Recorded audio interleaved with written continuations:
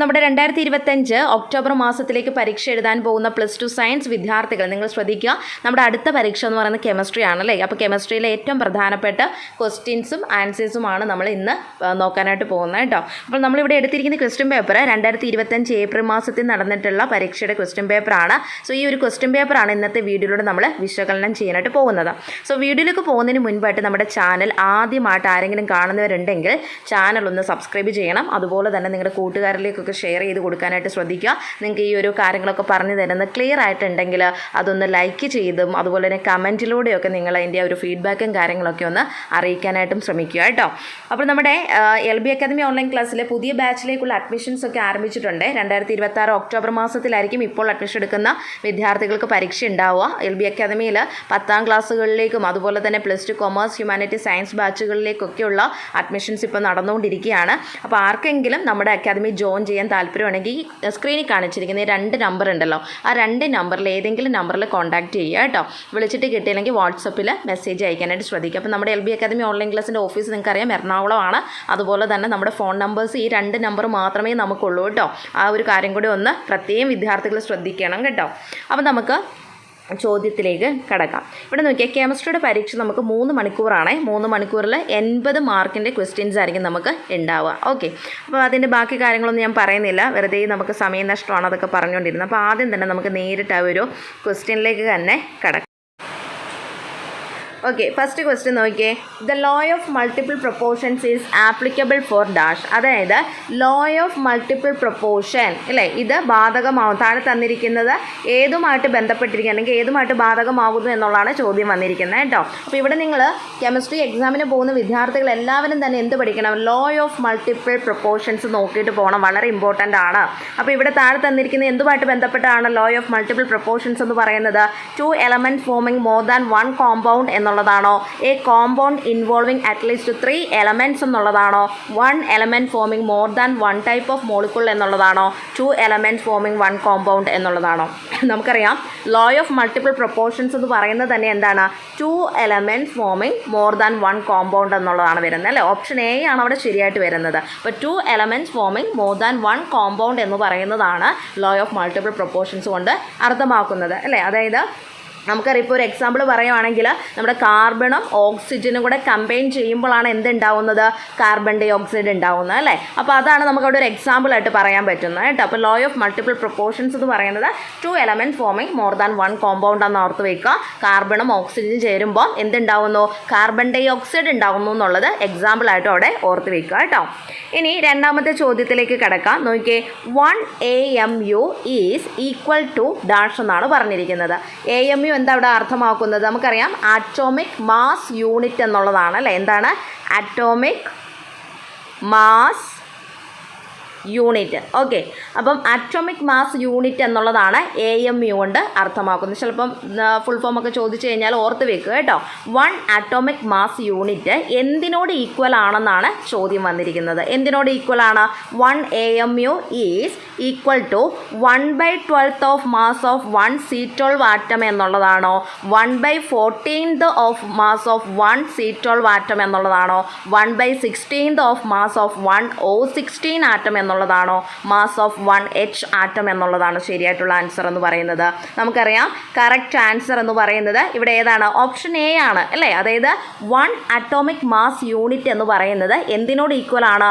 1/12 of mass of 1 C12 ആറ്റത്തിനോട് equal ആണ്. ഇപ്പോൾ തന്നെ പഠിച്ചു പോകാനായിട്ട് ശ്രദ്ധിക്കുക. ഓക്കെ, ഇനി അടുത്തത് മൂന്നാമത്തെ ക്വസ്റ്റിലേക്ക് പോവുകയാണ്. നോക്കിയേ, tritium is represented as 1H3. It contains dash. 1 electron ആണോ? 1 ന്യൂട്രോൺ, 1 പ്രോട്ടോൺ, ഇത്ര ആണോ നമ്മുടെ ട്രിതിയത്തിൽ പ്രസൻറ്റ് ചെയ്തിരിക്കുന്നത്? അതോ 3 ഇലക്ട്രോൺസും 1 പ്രോട്ടോണും ആണോ? 1 പ്രോട്ടോൺ, 1 ഇലക്ട്രോൺ, 2 ന്യൂട്രോൺസ് ആണോ? 1 ന്യൂട്രോൺ അല്ലെങ്കിൽ 2 പ്രോട്ടോൺസ്, ഇതാണോ ഇതിൽ പ്രസൻറ്റ് ചെയ്തിരിക്കുന്നത് എന്നുള്ളതാണ് നമുക്ക് കണ്ടുപിടിക്കേണ്ടത്. നമ്മൾ ട്രിതിയത്തിൽ എത്ര ഇലക്ട്രോൺസ് ഉണ്ട്, എത്ര പ്രോട്ടോൺസ് ഉണ്ട്, എത്ര ഇലക്ട്രോൺസ് ഉണ്ടെന്നുള്ളതാണ് നോക്കാനായിട്ട് പോകുന്നത് കേട്ടോ. ഇവിടെ നോക്കിയാൽ നമ്മുടെ ക്വസ്റ്റ്യൻ എന്ന് പറയുന്നത് ഇങ്ങനെയാണ്. നോക്കുകയാണ് 1H3 എന്നാണ് നമ്മുടെ ക്വസ്റ്റ്യൻ തന്നിരിക്കുന്നത് അല്ലേ. ഇതിൽ എത്ര ഇലക്ട്രോൺസും എത്ര പ്രോട്ടോൺസും എത്ര ന്യൂട്രോൺസും ഉണ്ടെന്നുള്ളത് നമുക്ക് കണ്ടുപിടിക്കണം, എങ്കിലേ ആ ഒരു ക്വസ്റ്റിന് ആൻസർ ചെയ്യാൻ പറ്റത്തുള്ളൂ. നമുക്കറിയാം, നമ്മൾ കെമിസ്ട്രി പഠിക്കുന്ന സ്റ്റുഡൻസ് ആണ്. നമ്മൾ ഈ പറഞ്ഞ പോലെ തന്നെ ചെറിയ ക്ലാസ്സിലൊക്കെ ഐസോടോപ്സിനെ കുറിച്ചും ഐസോബാറിനെ കുറിച്ചും ഒക്കെ പഠിക്കുന്ന കുട്ടികളാണ് അല്ലേ. അപ്പോൾ ഇവിടെ നോക്കിയേ, നിങ്ങൾ കെമിസ്ട്രിയിൽ ഐസോടോപ്സും ഐസോബാറും പഠിക്കുന്ന ആളുകളാണ്, അല്ലെങ്കിൽ നിങ്ങൾക്ക് അത് നന്നായിട്ട് അറിയാമെന്നുണ്ടെങ്കിൽ ഈ ക്വസ്റ്റിൻ്റെ ആൻസർ നമുക്ക് ഈസി ആയിട്ട് ചെയ്യാൻ പറ്റും. ഇവിടെ നമുക്ക് നോക്കി അറിയാം, ഈ 1 എന്തിനാണ് സൂചിപ്പിക്കുന്നത്? അറ്റോമിക് നമ്പറിനെയാണ് അല്ലേ, അറ്റോമിക് നമ്പറിനെയാണ് സൂചിപ്പിക്കുന്നത്. അതുപോലെ നമ്മൾ ചെറിയ ക്ലാസ്സിലൊക്കെ പഠിച്ചിട്ടുണ്ട്, അറ്റോമിക് നമ്പറും അതുപോലെ തന്നെ നമ്പർ ഓഫ് പ്രോട്ടോൺസും നമ്പർ ഓഫ് ഇലക്ട്രോൺസ് ഒക്കെ എന്തായിരിക്കും? തുല്യമായിരിക്കും, ആറ്റോമിക് നമ്പറിന് തുല്യമായിരിക്കും. അതായത് ഇവിടെ ആറ്റോമിക് നമ്പർ 1 ആണെങ്കിൽ ഇവിടുത്തെ നമ്പർ ഓഫ് പ്രോട്ടോൺസ് എത്രയായിരിക്കും? 1 തന്നെയാണ് അല്ലേ. അതുപോലെ തന്നെ നമ്പർ ഓഫ് ഇലക്ട്രോൺസ് എത്രയായിരിക്കും? 1 തന്നെയാണ് അല്ലേ. എല്ലാം ഒന്ന് തന്നെ. അതായത് atomic number is equal to number of protons is equal to number of electrons അല്ലേ. ഇതെല്ലാം എന്താണ്? 1 ആണ്. അങ്ങനെയാണെങ്കിൽ ഈ മോളത്തെ എന്താ സൂചിപ്പിക്കുന്നത്? നമുക്കറിയാം ഇതെന്താ? ആറ്റോമിക് മാസ് ആണ് അല്ലേ. ആറ്റോമിക് മാസ് ആണ് മുകളിൽ തന്നിരിക്കുന്നത്. സോ ഈ ആറ്റോമിക് മാസ് എന്ന് പറയുന്നത് എന്താണ്? നമ്പർ ഓഫ് പ്രോട്ടോൺസ് അല്ലേ, പ്രോട്ടോണുകളുടെ എണ്ണവും നമ്പർ ഓഫ് ന്യൂട്രോണും അല്ലേ. അതായത് പ്രോട്ടോണിൻ്റെയും ന്യൂട്രോണിൻ്റെയും ആകെ തുകയാണ് നമ്മൾ എന്തെന്ന് പറയുന്നത്? അറ്റോമിക് മാസ് എന്നുകൊണ്ട് അർത്ഥമാക്കുന്നത് അല്ലേ. അപ്പോൾ ഇവിടെ നോക്കിയാൽ number of protons plus number of neutrons ആണ് അറ്റോമിക് മാസ് എന്ന് പറയും. എന്താണ് അറ്റോമിക് മാസ്, എന്താണ് അറ്റോമിക് നമ്പർ എന്നുള്ളത് ക്ലിയർ ആയല്ലോ. ഒരു എലമെൻറ്റ് തന്നിട്ടുണ്ടെങ്കിൽ അതിൻ്റെ താഴെ തന്നിരിക്കുന്ന അറ്റോമിക് നമ്പറാണ്, മുകളിൽ തന്നിരിക്കുന്നത് അറ്റോമിക് മാസ് ആണ്. സോ ഈ അറ്റോമിക് നമ്പർ എന്ന് പറയുന്നത് എന്തിനൊക്കെ ഈക്വൽ ആണ്? നമ്പർ ഓഫ് പ്രോട്ടോൺസിനും നമ്പർ ഓഫ് ന്യൂട്രോൺസിനും ഈക്വൽ ആയിരിക്കും. ഓക്കെ, അറ്റോമിക് മാസ് എന്ന് പറഞ്ഞു കഴിഞ്ഞാൽ എന്തായിരിക്കും? Atomic number of protons plus number of neutrons ആണ് അറ്റോമിക് മാസ് എന്ന് പറയുന്നത്. സോ ഇത്രയും നിങ്ങളൊന്ന് മനസ്സിലാക്കി വെക്കാം. ഇനി ഈ അറ്റോമിക് നമ്പറിന് നമ്മൾ കൊടുക്കുകയാണ്, അതായത് ഓരോ ലെറ്റർ വെച്ച് നമുക്കൊന്ന് സൂചിപ്പിക്കാം. അറ്റോമിക് നമ്പറിനെ ഞാൻ Z എന്ന് കൊടുക്കുകയാണ്, അതായത് Z ഈസ് ഈക്വൽ ടു 1 അല്ലേ. ഇനി അതേപോലെ തന്നെ അറ്റോമിക് മാസിന് ഞാൻ A എന്നും കൊടുക്കുകയാണ് കേട്ടോ. അങ്ങനെയാണെങ്കിൽ നമുക്ക് കൊടുക്കാം, അതായത് ഇവിടെ നമുക്ക് ഇക്വേഷൻ എങ്ങനെ എടുക്കാം? A is equal to, A എന്ന് പറയുന്നത് എന്താണ്? നമ്മുടെ അറ്റോമിക് മാസ് ആണ് അല്ലേ. അറ്റോമിക് മാസ് എന്ന് പറയുന്നത് എന്താണ്? Atomic number plus, atomic number എന്ന് പറയുമ്പോൾ നിങ്ങൾ ഓർത്ത് വെച്ചോണം, അറ്റോമിക് നമ്പറിൻ്റെ കൂടെ എന്തൊക്കെയാണ്? നമ്പർ ഓഫ് പ്രോട്ടോൺസ് വരുന്നുണ്ട്, നമ്പർ ഓഫ് ഇലക്ട്രോൺസ് വരുന്നുണ്ട് അല്ലേ. അതെല്ലാം കൂടെ കമ്പൈൻ ചെയ്യുമ്പോഴാണ് നമുക്ക് എന്ത് കിട്ടുന്നത്? പ്ലസ് എന്താണ്? നമ്മുടെ ന്യൂട്രോണുകളുടെ എണ്ണം അല്ലേ. അപ്പോൾ നമുക്കിവിടെ ന്യൂട്രോൺ എന്ന്, അല്ലെങ്കിൽ നമ്പർ ഓഫ് ന്യൂട്രോൺസ് എന്ന് കൊടുക്കാം. സോ ഇതാണ് നമ്മുടെ ഇക്വേഷൻ എന്ന് പറയുന്നത് കേട്ടോ. അപ്പം A is equal to Z plus number of neutrons. അതായത് നമുക്കറിയാം ആറ്റോമിക് മാസ് എന്ന് പറയുന്നത് എന്താണെന്ന് പറഞ്ഞിരിക്കുന്നത്? ആറ്റോമിക് നമ്പറിൻ്റെ കൂടെ നമ്പർ ഓഫ് ന്യൂട്രോൺസ് ആഡ് ചെയ്യുന്ന, അല്ലെങ്കിൽ നമ്പർ ഓഫ് പ്രോട്ടോൺസിൻ്റെ കൂടെ നമ്പർ ഓഫ് ന്യൂട്രോൺസ് ആഡ് ചെയ്യുന്നതാണ് അറ്റോമിക് മാസ് എന്ന് പറയുന്നത് അല്ലേ. ആ ഒരു ഇക്വേഷനാണ് വന്നിരിക്കുന്നത്. നമ്മുടെ ക്വസ്റ്റ്യൻ എങ്ങനെയായിരുന്നു? 1H3 എന്നുള്ളതാണ് നമ്മുടെ ക്വസ്റ്റ്യൻ കേട്ടോ. ഇവിടെ നോക്കിക്കുക, നമുക്ക് കണ്ടുപിടിക്കുന്നത് എന്താണ്? നമ്പർ ഓഫ് ന്യൂട്രോൺസ് എത്രയുണ്ടെന്ന് നമുക്ക് കണ്ടുപിടിക്കണം അല്ലേ. അതിന് വേണ്ടി നമുക്ക് എന്ത് കൊടുക്കാം? Number of neutrons is equal to അല്ലേ, അതായത് number of neutrons is equal to, നമ്മുടെ ഇക്വേഷൻ എന്തെന്ന് വരും? നമ്പർ ഓഫ് ന്യൂട്രോൺസ് ഇവിടെ നിന്ന് ഇങ്ങോട്ട് എടുത്ത് കഴിയുമ്പോൾ എങ്ങനെ വരും നമ്മുടെ ഇക്വേഷൻ എന്ന് പറയുന്നത്? അതായത് ആറ്റോമിക് മാസിൽ നിന്ന് നമ്മുടെ ആറ്റോമിക് നമ്പർ മൈനസ് ചെയ്യണം അല്ലേ. ഇവിടെ ആറ്റോമിക് മാസ് എന്ന് പറയുന്നത് ഏതാണ്? Z ആണ് അല്ലേ. ആറ്റോമിക് മാസ് എന്ന് പറയുന്നത് Z ആണ്. സോ Zൽ നിന്ന് ആറ്റോമിക് നമ്പർ ആയിട്ടുള്ള A എന്ത് ചെയ്യണം? മൈനസ് ചെയ്ത് കഴിഞ്ഞാൽ നമുക്ക് എന്ത് കിട്ടും? നമ്പർ ഓഫ് ന്യൂട്രോൺസ് എത്രയാണെന്നുള്ളത് കിട്ടും. ക്വസ്റ്റ്യൻ നോക്കിയിട്ട് എഴുതി കൊടുത്തേ, എത്ര വരും? ആറ്റോമിക് മാസ് എത്രയാണ്? Zൻ്റെ സ്ഥാനത്ത് എത്ര വരും? 3 വരും അല്ലേ. മൈനസ് ആറ്റോമിക് നമ്പർ എത്രയാണ്? 1 ആണ്. അപ്പോൾ 3 - 1 എന്ന് പറയുന്നത് 2 അല്ലേ. 2 ആണ് നമുക്ക് ആൻസർ കിട്ടിയിരിക്കുന്നത്. അപ്പോൾ 2 ആണ് ഇവിടുത്തെ എന്തെന്ന് പറയുന്നത്? നമ്പർ ഓഫ് ന്യൂട്രോൺസ് എന്ന് പറയുന്നത്. അപ്പോൾ ഇവിടെ നിങ്ങൾ നോക്കിക്കേ, ഇവിടെ നമുക്ക് കിട്ടിയില്ലേ. അതായത് നമ്പർ ഓഫ് ന്യൂട്രോൺസ് എന്ന് പറയുന്നത് 2 ആണ്. നമ്പർ ഓഫ് പ്രോട്ടോൺസ് എന്ന് പറയുന്നത് എത്രയാണ്? 1 ആണ്. ദെൻ ഈ നമ്പർ ഓഫ് ന്യൂട്രോൺസും നമ്പർ ഓഫ് പ്രോട്ടോൺസും കൂടെ ആഡ് ചെയ്തപ്പോൾ നമുക്കതിൻ്റെ ആറ്റോമിക് മാസ് 3 കിട്ടി അല്ലേ. അപ്പോൾ ഇവിടെ നമുക്ക് മനസ്സിലാക്കാൻ പറ്റും, ഇവിടെ 2 എന്നുള്ളത് എന്തെന്ന് കിട്ടിയ നമ്പർ ഓഫ് ന്യൂട്രോൺസ് ആണ്. അപ്പോൾ ഈ ഒരു ഇതിൽ നിന്ന് തന്നെ നമുക്ക് മനസ്സിലാക്കാം, ഞാൻ ഓൾറെഡി ആദ്യമേ തന്നെ പറഞ്ഞിരുന്നു, ഒരു എലമെൻറ്റ് തന്നിട്ടുണ്ടെങ്കിൽ അതിൻ്റെ ആറ്റോമിക് നമ്പർ എന്ന് പറയുന്നത് എന്തായിരിക്കും? Atomic number is equal to number of protons is equal to number of electrons അല്ലേ. അപ്പോൾ അവിടെ എത്രയാണ്? 1 വരും അല്ലേ. അപ്പോൾ ഇവിടെ എത്രയാണ്? നമുക്ക് ന്യൂട്രോൺസ് ഇവിടെ കിട്ടി, എത്രയാണ്? 2 കിട്ടി അല്ലേ. ഈ നമ്പർ ഓഫ് ന്യൂട്രോൺസും നമ്പർ ഓഫ് പ്രോട്ടോൺസും കൂടെ ആഡ് ചെയ്തപ്പോൾ എത്ര കിട്ടി? 3 കിട്ടി. ഈ 3 ആണ് എന്തെന്ന് പറയുന്നത്? ആറ്റോമിക് മാസ് എന്ന് പറയുന്നത്. ക്ലിയർ ആവുന്നുണ്ടല്ലോ. അങ്ങനെയാണെങ്കിൽ താഴെ തന്നിരിക്കുന്നതിനകത്ത് ആൻസർ ഏതെന്ന് നമുക്ക് പറയാം. നോക്കിക്കേ, ഇനി ഇതിൻ്റെ ആൻസർ എന്താണെന്ന് പറഞ്ഞു ഇവിടെ? ഓപ്ഷൻ സി ആണല്ലേ. ഇപ്പം നമ്മൾ കണ്ടുപിടിച്ചല്ലോ എത്ര ഇലക്ട്രോൺ ഉണ്ട്, എത്ര പ്രോട്ടോൺ ഉണ്ട്, എത്ര ന്യൂട്രോൺ ഉണ്ട് ഉള്ളതൊക്കെ നമ്മളിപ്പോൾ ചെയ്ത് കണ്ടുപിടിച്ചു. അപ്പോൾ നമുക്ക് പറയാം ഓപ്ഷൻ സി ആണ് അവിടെ ശരിയായിട്ടുള്ള ഉത്തരം. നിങ്ങൾ നോക്കിക്കേ, 1 പ്രോട്ടോൺ 1 ഇലക്ട്രോൺ ദെൻ 2 ന്യൂട്രോൺ അല്ലേ. അപ്പോൾ ഓപ്ഷൻ സി ആണ് അവിടെ ശരിയായിട്ടുള്ള ഉത്തരം എന്ന് പറയുന്നത്. ഓക്കെ, ക്ലിയർ ആണല്ലോ. ഇനി നമുക്ക് 4ാമത്തെ ക്വസ്റ്റിലേക്ക് പോകാം. 4ാമത്തെ ചോദ്യം നോക്കിക്കേ, താഴെ തന്നിരിക്കുന്നതിനകത്ത് ക്വാണ്ടവുമായിട്ട് ബന്ധപ്പെട്ടത് അല്ലാത്തത്, പ്രസ്താവന അല്ലാത്തത് ഏതാണെന്നാണ് ചോദിച്ചിരിക്കുന്നത് കേട്ടോ. നോക്കിക്കേ, which statement is not correct about quantum അല്ലേ. It is a bundle of energy. അതായത് ഒരു ക്വാണ്ടം എന്ന് പറഞ്ഞു കഴിഞ്ഞിട്ടുണ്ടെങ്കിൽ എന്താണ്, അതൊരു ബണ്ടിൽ ഓഫ് എനർജി ആണെന്നാണ് പറഞ്ഞിരിക്കുന്നത്. ദെൻ 2ാമത്തെ ഓപ്ഷൻ ആയിട്ട് a quantum of visible light is called a photon അല്ലേ. അതായത് ഒരു ക്വാണ്ടം എന്ന് പറയുമ്പോഴത്തേനും ഒരു വിസിബിൾ ലൈറ്റ്, ആ ഒരു ക്വാണ്ടത്തിൻ്റെ വിസിബിൾ ലൈറ്റിനെ നമ്മൾ ഫോട്ടോൺ എന്നാണ് വിളിക്കുന്നത്. Then option C the energy of the quantum is proportional to the frequency of the radiation അല്ലേ. അതായത് ഈ ഒരു ക്വാണ്ടത്തിൻ്റെ എനർജി എന്ന് പറയുന്ന ഫ്രീക്വൻസി ഓഫ് റേഡിയേഷൻ്റെ പ്രൊപ്പോർഷണൽ ആണെന്ന് പറഞ്ഞിരിക്കുന്നു. Option D the energy of the quantum is proportional to the wavelength of the radiation. അപ്പോൾ ഇതിൽ ക്വാണ്ടവുമായി ബന്ധപ്പെടാത്ത പ്രസ്താവന ഏതാണെന്നുള്ളതാണ് ചോദിച്ചിരിക്കുന്നത്. നമുക്കറിയാം ഒരു ക്വാണ്ടം എന്ന് പറയുന്നതുമായിട്ട് ബന്ധപ്പെട്ട പ്രസ്താവനകളാണ് ഈ പറഞ്ഞിരിക്കുന്ന 3 കേട്ടോ. നിങ്ങളിപ്പോൾ തന്നെ അത് പഠിച്ചു പോവുക. It is a bundle of energy, a quantum visible light is called a photon, the energy of the quantum is proportional to the frequency of the radiation. ഈ 3 പ്രസ്താവനകളും നിങ്ങൾ ക്വാണ്ടത്തിനെ ബേസ് ചെയ്ത് പഠിച്ചു വെച്ചേക്കുക. ഇതിനകത്ത് തെറ്റായിട്ടുള്ള പ്രസ്താവന എന്ന് പറയുന്നത് ഏതാണ്? ഇതാണ് കേട്ടോ. The energy of the quantum is proportional to the wavelength of the radiation എന്ന് പറയുന്നത് തെറ്റായ പ്രസ്താവനയാണ്. അപ്പോൾ നിങ്ങളിത് പഠിക്കുന്ന സമയത്ത് ഓർത്ത് വെച്ചോണം, the energy of the quantum is proportional. എന്തിനാണ് പ്രൊപ്പോർഷണൽ? ഫ്രീക്വൻസി ഓഫ് ദ റേഡിയേഷന് പ്രൊപ്പോർഷണൽ ആയിരിക്കും കേട്ടോ. വേവ്ലെങ്ത് ഓഫ് ദ റേഡിയേഷൻ എന്ന് പറയുന്നത് തെറ്റായിട്ടുള്ള പ്രസ്താവനയാണ്. സോ ഓപ്ഷൻ ഡി ആണ് അവിടെ തെറ്റായിട്ടുള്ള സ്റ്റേറ്റ്മെൻ്റ് എന്ന് പറയുന്നത്. ഓക്കെ, അടുത്തത് നമുക്ക് വരുന്നത് 5th ക്വസ്റ്റ്യൻ ആണ്. നോക്കിയേ, in boron trichloride boron has ഏത് ഹൈബ്രിഡൈസേഷനകത്ത് വരുന്നു എന്നാണ് ചോദിച്ചിരിക്കുന്നത് കേട്ടോ. sp2 ഹൈബ്രിഡൈസേഷൻ ആണോ, sp ഹൈബ്രിഡൈസേഷൻ ആണോ, dsp2 ഹൈബ്രിഡൈസേഷൻ ആണോ, sp3 ഹൈബ്രിഡൈസേഷൻ ആണോ എന്നുള്ളതാണ് ഇവിടെ ചോദ്യം വന്നിരിക്കുന്നത് കേട്ടോ.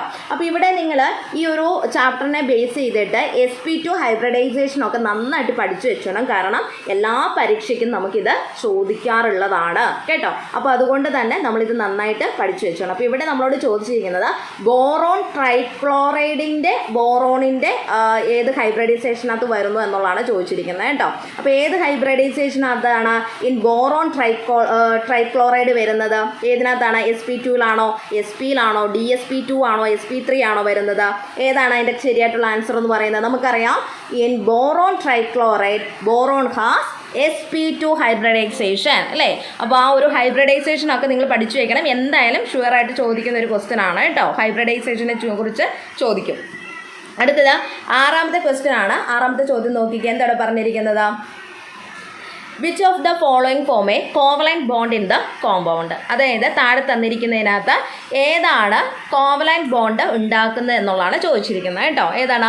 സോഡിയം ആൻഡ് ക്ലോറിൻ ആണോ, മഗ്നീഷ്യം ആൻഡ് ക്ലോറിൻ ആണോ, ഹൈഡ്രജൻ ആൻഡ് ക്ലോറിൻ ആണോ, ലിഥിയം ആൻഡ് ക്ലോറിൻ ആണോ? ഏതാണ്? നമുക്കറിയാം ഏതാ കോവലന്റ് ബോണ്ട് ഉണ്ടാക്കുന്ന ഏതാണ്? ഓപ്ഷൻ സി അല്ലേ, ഹൈഡ്രജൻ ആൻഡ് ക്ലോറിൻ ആണ് കോവലന്റ് ബോണ്ട് ഉണ്ടാക്കുന്നത് അല്ലേ. അപ്പോൾ which of the following form A covalent bond in the compound എന്ന് ചോദിച്ചു കഴിഞ്ഞാൽ താഴെ തന്നിരിക്കുന്ന കോമ്പൗണ്ടിൽ ഏത് സംയുക്തമാണ് കോവലന്റ് ബോണ്ട് ഉണ്ടാക്കുന്നത് എന്നുള്ളതാണ് അല്ലേ. ഏതാണ്? ഹൈഡ്രജൻ ആൻഡ് ക്ലോറിൻ ആണ് കേട്ടോ, ഓർത്ത് വെക്കാം. 7ാമത്തെ ചോദ്യം ഇങ്ങനെയാണ് പറഞ്ഞിരിക്കുന്നത്, റീഡിലി സൊല്യൂബിൾ സൾഫേറ്റ്സ് ആർ ഡാഷ്. അതായത് പെട്ടെന്ന് തന്നെ സൊല്യൂബിൾ ആയിട്ടുള്ള സൾഫേറ്റ് അല്ലെങ്കിൽ എളുപ്പത്തിൽ തന്നെ ലയിക്കുന്ന സൾഫേറ്റ് ഏതാണെന്നാണ് ചോദിച്ചിരിക്കുന്നത് കേട്ടോ. CaSO4 BSO4 ആണോ, അതോ CaSO4 SrSO4 ആണോ, BSO4 അല്ലെങ്കിൽ MgSO4 ആണോ, BSO4 ആൻഡ് BaSO4 ആണോ എന്നാണ് ചോദിച്ചിരിക്കുന്നത്. പെട്ടെന്ന് തന്നെ സൊല്യൂബിൾ ആവുന്ന സൾഫേറ്റ്സ് ആണ് ഏതെന്ന് പറയുന്നത്? ഓപ്ഷൻ ബി അല്ലേ. അതായത് BSO4 ആൻഡ് MgSO4 എന്നുള്ളതാണ് പെട്ടെന്ന് സൊല്യൂബിൾ ആവുന്ന സൾഫേറ്റ്സ് എന്ന് പറയുന്നത് കേട്ടോ. ഓപ്ഷൻ ബി ആണ് അവിടെ ശരിയായിട്ടുള്ള ഉത്തരം. ഇനി 8ാമത്തെ ക്വസ്റ്റ്യൻ എന്ന് പറയുന്നത്, the hydrolysis of ethylene ozonide gas dash. Hydrolysis of ethylene ozonide gas dash ഏതാണ് വരുന്നത്? നമ്മുടെ എന്താ ക്വസ്റ്റ്യൻ വന്നിരിക്കുന്നത്, അതായത് എത്തിലീൻ ഒസോണൈഡിൻ്റെ ഹൈഡ്രോളൈസിസ് എന്താണ് നൽകുന്നത് എന്നുള്ളതാണ് ചോദിച്ചിരുന്നത്. ഹൈഡ്രോളൈസിസ് ഓഫ് എത്തിലീൻ ഒസോണൈഡ്സ് ഗീവ്സ് എന്താ തരുന്നത്, ഫോർമാൽഡിഹൈഡ് ആണോ, അസറ്റൈൽഡിഹൈഡ് ആണോ, അസിറ്റോൺ ആണോ, ഈഥീൻ ആണോ തരുന്നത്, ഏതാണ് നമുക്കറിയാം ഓപ്ഷൻ എ ആണല്ലേ. അതായത് hydrolysis of ethylene ozonide gives formaldehyde അല്ലേ, ഓപ്ഷൻ എ ആണ് അവിടെ ശരിയായിട്ടുള്ള ആൻസർ എന്ന് പറയുന്നത്. 30ാമത്തെ ചോദ്യമാണ്, the number of oxygen atoms furnished by 2 molecules of permanganate in acidic medium is dash. അതായത് ഒരു അസിഡിക് മീഡിയത്തിനകത്ത് നമ്മുടെ പെർമാംഗനേറ്റിൻ്റെ 2 മോളിക്യൂൾസ് നൽകുന്ന ഓക്സിജൻ്റെ നമ്പർ എത്രയാണെന്നാണ്, ഓക്സിജൻ ആറ്റംസിൻ്റെ നമ്പേഴ്സാണ് ഇവിടെ ചോദിച്ചിരിക്കുന്നത് കേട്ടോ. എന്താണ് the number of oxygen atoms furnished by 2 molecules of permanganate in acidic medium. ഏതാണ് ഓപ്ഷൻ വരുന്നത്, ഓപ്ഷൻ D5 ആണ് അവിടെ ആൻസർ ആയിട്ട് വരുന്നത് കേട്ടോ. ഇനി അടുത്തത് 10ാമത്തെ ക്വസ്റ്റ്യൻ ആണ്, outer orbital complex formation involves എത്രയാണ്, നമുക്ക് എല്ലാവർക്കും അറിയാവുന്നതാണ് sp3d2 ഹൈബ്രിഡൈസേഷൻ ആണ് വരുന്നത് അല്ലേ. Outer orbital complex formation involves sp3d2 hybridization. അപ്പോൾ നമ്മുടെ ഔട്ടർ ഓർബിറ്റൽ കോംപ്ലക്സ് ഫോർമേഷനകത്ത് ഉൾപ്പെടുന്നത് ഏതാണെന്നാണ് ചോദിച്ചിരിക്കുന്നത്. sp3d2 ഹൈബ്രിഡൈസേഷൻ ആണ് വരുന്നത്. ഓപ്ഷൻ എ ആണ് അവിടെ ശരിയായിട്ടുള്ള ആൻസർ ആയിട്ട് വരുന്നത്. ഇനി 11ാമത്തെ ക്വസ്റ്റ്യൻ ആണ്, അപ്പോൾ നിങ്ങളിവിടെ ലിങ്കേജ് ഐസോമസം എന്താണെന്നൊന്ന് പഠിച്ചു വെക്കണം കേട്ടോ. ഐസോമസം ഓൾറെഡി നിങ്ങൾ പഠിച്ചു വെക്കണം, ഒപ്പം തന്നെ ലിങ്കേജ് ഐസോമസം എന്താണെന്നുള്ളത് പഠിച്ചു വെക്കുക. എന്താണ് ലിങ്കേജ് ഐസോമസം എന്ന് പറയുന്നത്, നമുക്കറിയാം coordination compounds containing ambidentate ligand shows linkage isomerism. ഒന്നുമില്ല, അതായത് ഒരു ആറ്റം എടുത്തു കഴിഞ്ഞാൽ അതിനെന്താണ് ഒന്നിൽ കൂടുതൽ മെറ്റലുമായിട്ട് കമ്പൈൻ ചെയ്യാനായിട്ടുള്ള ആ ഒരു കഴിവ്, അതിനെയാണ് നമ്മൾ എന്തെന്ന് പറയുന്നത്, ലിങ്കേജ് ഐസോമസം എന്ന് പറയുന്നത്. ഇപ്പോൾ ഒരു എക്സാമ്പിൾ പറയുകയാണെങ്കിൽ നമ്മളിവിടെ NO2 എന്നെടുക്കുകയാണ്. ഇവിടെ എന്താണ് നൈട്രജന് ഒരു മെറ്റലുമായിട്ട് കമ്പൈൻ ചെയ്യാനായിട്ടുള്ളൊരു കഴിവ്. ആ ഒരു സമയത്ത് തന്നെ എന്താണ് ഇപ്പോൾ ഇവിടെ ONO എന്ന് പറഞ്ഞ് നമ്മൾ കൊടുക്കുകയാണ്. ഇവിടെ ഓക്സിജന് മെറ്റലുമായിട്ട് കമ്പൈൻ ചെയ്യാനായിട്ട്, അതായത് ഒരു ആറ്റം എടുത്ത് കഴിഞ്ഞിട്ടുണ്ട്, അതിൽ ഇപ്പോൾ നൈട്രജൻ ആയാലും അല്ലെങ്കിൽ ഓക്സിജൻ ആണെങ്കിലും ഒന്നിൽ കൂടുതൽ മെറ്റലുമായിട്ട് കമ്പൈൻ ചെയ്യാനായിട്ടുള്ള ആ ഒരു കഴിവിനെയാണ് നമ്മൾ എന്തെന്ന് പറയുന്നത്, ലിങ്കേജ് ഐസോമസം എന്ന് പറയുന്നത്. അങ്ങനെയാണെങ്കിൽ താഴെ തന്നിരിക്കുന്നതിനകത്ത് പെയർ ഓഫ് കോംപ്ലക്സ് ഏതാണെന്നാണ് ചോദിച്ചിരിക്കുന്നത്. ലിങ്കേജ് ഐസോമസത്തിന് എക്സാമ്പിളായിട്ടുള്ള പെയർ ഓഫ് കോംപ്ലക്സ് ഏതാണെന്നാണ് ചോദിച്ചിരിക്കുന്നത്. അപ്പോൾ എന്താണ് ലിങ്കേജ് ഐസോമസം എന്നുള്ളത് മനസ്സിലാക്കി വെക്കുക. ഒന്നിൽ കൂടുതൽ മെറ്റലുമായിട്ട് കമ്പൈൻ ചെയ്യാനായിട്ടുള്ള ഒരു ആറ്റത്തിന് ഒന്നിൽ കൂടുതൽ മെറ്റലുമായിട്ട് കമ്പൈൻ ചെയ്യാനായിട്ടുള്ള ആ ഒരു കഴിവിനെയാണ് നമ്മൾ ലിങ്കേജ് ഐസോമസം എന്ന് പറയുന്നത് കേട്ടോ. അപ്പോൾ ഇവിടെ നമുക്ക് ഓപ്ഷൻ ബി ആണ് ശരിയായിട്ടുള്ള ഉത്തരം എന്ന് പറയുന്നത് കേട്ടോ. ഓക്കെ, അപ്പോൾ ലിങ്കേജ് ഐസോമസം ഒക്കെ പഠിച്ചു വയ്ക്കണം, എങ്കിൽ മാത്രമേ നമുക്ക് ഇതുപോലുള്ള ഓപ്ഷൻസ് തന്നു കഴിഞ്ഞാൽ കറക്റ്റ് ആൻസർ കണ്ടുപിടിക്കാനായിട്ട് സാധിക്കത്തുള്ളൂ. ഇനി അടുത്തടുത്ത് തന്നിരിക്കുന്നത് IUPAC നെയിം എഴുതാനാണ്. എന്തായാലും IUPAC നെയിം ചോദിക്കുന്നതാണ് എക്സാമിനേഷന് കേട്ടോ. അപ്പോൾ നോക്കിയേ, the IUPAC name of CH3CH2SH എന്ന് പറയുന്നത് എന്തിൻ്റെ, CH3CH2SH എന്ന് പറയുന്നത് എന്തിൻ്റെ IUPAC നെയിം ആണെന്നാണ് ചോദിച്ചിരിക്കുന്നത്. ഏതാണ് ആൻസർ വരുന്നത്, ഓപ്ഷൻ ബി ആണ് അല്ലേ, എത്തനത്തിയോൾ ആണ് ആൻസർ ആയിട്ട് വരുന്നത്. അപ്പോൾ എത്തനത്തിയോൾ ആണ് ഏത് CH3CH2SH എന്ന് പറയുന്നതിൻ്റെ IUPAC നെയിം എന്ന് പറയുന്നത് കേട്ടോ. നിങ്ങൾ മനസ്സിലാക്കുക, CH3CH2 എന്ന് പറയുന്നത് എന്താണ്, ഇത് ഈ ഒരു കോമ്പൗണ്ട് എന്ന് പറയുന്നത് has A chain of 2 carbon atoms ആണ് അല്ലേ. 2 കാർബൺ ആറ്റംസിൻ്റെ ഒരു ചെയിനാണ് നമുക്ക് കാണാനായിട്ട് സാധിക്കുന്നത്. ഒപ്പം തന്നെ ഇതിൻ്റെ പേരൻ്റ് ആൽക്കെയിൻ എന്ന് പറയുന്നത് ഏതാണ്, ഈഥെയിൻ ആണ് അല്ലേ, ഈഥെയിൻ ആണ്. പ്ലസ് നമ്മൾ സഫിക്സ് ഏതാണ് യൂസ് ചെയ്തിരിക്കുന്നത്, തിയോൾ എന്ന് പറയുന്നത്. അപ്പം അതുകൊണ്ടാണ് ഈ എത്തനത്തിയോൾ എന്നുള്ളത് വന്നിരിക്കുന്നത് കേട്ടോ. ഈഥെയിൻ പ്ലസ് തിയോൾ എന്ന് പറയുന്നതാണ് സഫിക്സ് ആയിട്ട് ഇവിടെ നമ്മൾ യൂസ് ചെയ്തിരിക്കുന്നത്. സോ IUPAC നെയിം നിങ്ങൾ പഠിക്കുക, എങ്കിൽ മാത്രമേ ഈ ഒരു സഫിക്സും കാര്യങ്ങളൊക്കെ അറിയാൻ പറ്റത്തുള്ളൂ കേട്ടോ. അപ്പോൾ അതുകൊണ്ടാണ് ഓപ്ഷൻ ബി എത്തനത്തിയോൾ ആണ് ഇവിടെ ആൻസർ ആയിട്ട് വരുന്നത്. ഇനി അടുത്തത് 13ാമത്തെ ക്വസ്റ്റ്യൻ ആണ്, ആൽക്കെയിൻസ് അണ്ടർഗോ പൈറോളൈസിസ്. നമുക്കറിയാം പൈറോലൈസിസ് എന്ന് പറഞ്ഞാൽ എന്താണ്, അവിടെ ഓപ്ഷൻസ് തന്നിട്ടുണ്ട് അല്ലേ. ആൽക്കെയിൻസ് പൈറോലൈസിസിന് വിധേയമാകുകയാണെങ്കിൽ അത് എങ്ങനെയാണെന്നാണ് ചോദിച്ചിരിക്കുന്നത്, അറ്റ് എ വെരി ഹൈ പ്രഷറിലാണോ and in the presence of എയറിലാണോ, ഇനി അത് ലോ ടെമ്പറേച്ചറിലാണോ ആബ്സെൻസ് ഓഫ് എയറിലാണോ, അതോ very high temperature in the absence of air ആണോ വരുന്നത്, അതോ at a very high temperature and in the presence of air ആണോ എന്നാണ് ചോദിച്ചിരിക്കുന്നത്. നമുക്കറിയാം ഇതിൻ്റെ ആൻസർ ഏതാ വരുന്നത്, ഓപ്ഷൻ സി ആണ് അല്ലേ. ഓപ്ഷൻ സി ആണ്, അതായത് at a very high temperature and in the absence of എയറിലാണ് എന്ത് നടക്കുന്നത്, ആൽക്കെയിൻസ് അണ്ടർഗോ പൈറോളിസിസ് അല്ലേ. അപ്പോൾ എന്താണ് പൈറോളിസിസ് എന്നുള്ളത് പഠിച്ചു വയ്ക്കുക. എന്താണ്, it is a thermal decomposition of organic materials അല്ലേ, like alkanes at high temperature. ഏത് ടെമ്പറേച്ചർ വരുന്നത്, 650 അല്ലേ to 800 ഈ ഒരു ഡിഗ്രി സെൽഷ്യസ് ആയിട്ടുള്ള രീതിയിലാണ് അതിൻ്റെ ഒരു ടെമ്പറേച്ചർ വരുന്നത്. ഇതെങ്ങനെയാണ് in the absence of air ആണ് അല്ലേ. In the absence of very high temperature. ഏത് ഹൈ ടെമ്പറേച്ചറാണ് 650 എന്നുള്ളത്, അല്ലെങ്കിൽ 800 ആ ഒരു ഡിഗ്രി സെൽഷ്യസിൽ അത്രയും ഹൈ ടെമ്പറേച്ചറിലും അതുപോലെ തന്നെ എയറിൻ്റെ ആബ്സെൻസിലുമാണ് ആൽക്കെയിൻസിനെ ഈ ഒരു പൈറോളിസിസ് എന്ന് പറയുന്ന പ്രോസസ്സിന് വിധേയമാക്കുന്നത് അല്ലേ. അപ്പോൾ അതിനെയാണ് നമ്മൾ പൈറോളിസിസ് എന്ന് പറയുന്നത്. സോ ഇവിടെ പ്രത്യേകം ഓർത്ത് വെച്ചോണം in the absence of air എന്നുള്ളതാണെന്നുള്ളത് ഓർത്ത് വെക്കുക കേട്ടോ. അപ്പോൾ ഈ ഒരു കാര്യം നിങ്ങൾ പഠിച്ചു വെച്ചോണം, ഇമ്പോർട്ടൻ്റ് ആണ് കേട്ടോ. ഇനി അടുത്തത് നമുക്ക് വരുന്നത് 14ാമത്തെ ക്വസ്റ്റ്യൻ ആണ് കേട്ടോ. 14ാമത്തെ ചോദ്യം നോക്കിയേ. The correct order of stability of primary, secondary, tertiary കാർബോകാറ്റോൺസ് is dash എന്നാണ് തന്നിരിക്കുന്നത്. അപ്പം ഇതിൽ നമുക്ക് ഏതാണ് ആൻസർ? ഇവിടെ ചോദിച്ചിരിക്കുന്നത് കാർബോകാറ്റോൺസിൻ്റെ ആ ഒരു ഓർഡർ ഓഫ് സ്റ്റെബിലിറ്റി ആണ് നമ്മളോട് എഴുതാൻ പറഞ്ഞിരിക്കുന്നത് കേട്ടോ. അപ്പോൾ കാർബോകാറ്റോൺസിൻ്റെ ഓർഡർ ഓഫ് സ്റ്റെബിലിറ്റി എങ്ങനെയാണ് വരുന്നത്? കാറ്റോൺ ആയതുകൊണ്ട് തന്നെ നിങ്ങൾ മനസ്സിലാക്കി വെച്ചോണം. ഏതാ? ഓപ്ഷൻ ബി ആണ് അവിടെ ആൻസർ ആയിട്ട് വരുന്നത് അല്ലേ. ഏത്? ടെറിഷ്യറി, സെക്കൻഡറി, ഫസ്റ്റ് അല്ലേ, അതായത് പ്രൈമറി. ഈ ഒരു രീതിയിൽ, അതായത് ഓപ്ഷൻ ബി ആണ് അവിടെ ശരിയായിട്ടുള്ള ഉത്തരം. അപ്പോൾ ഇത് ഓർത്തിരിക്കാൻ ഒരു എളുപ്പവഴിയുണ്ട്. നിങ്ങൾ ഇങ്ങനെ ഓർത്താൽ മതി.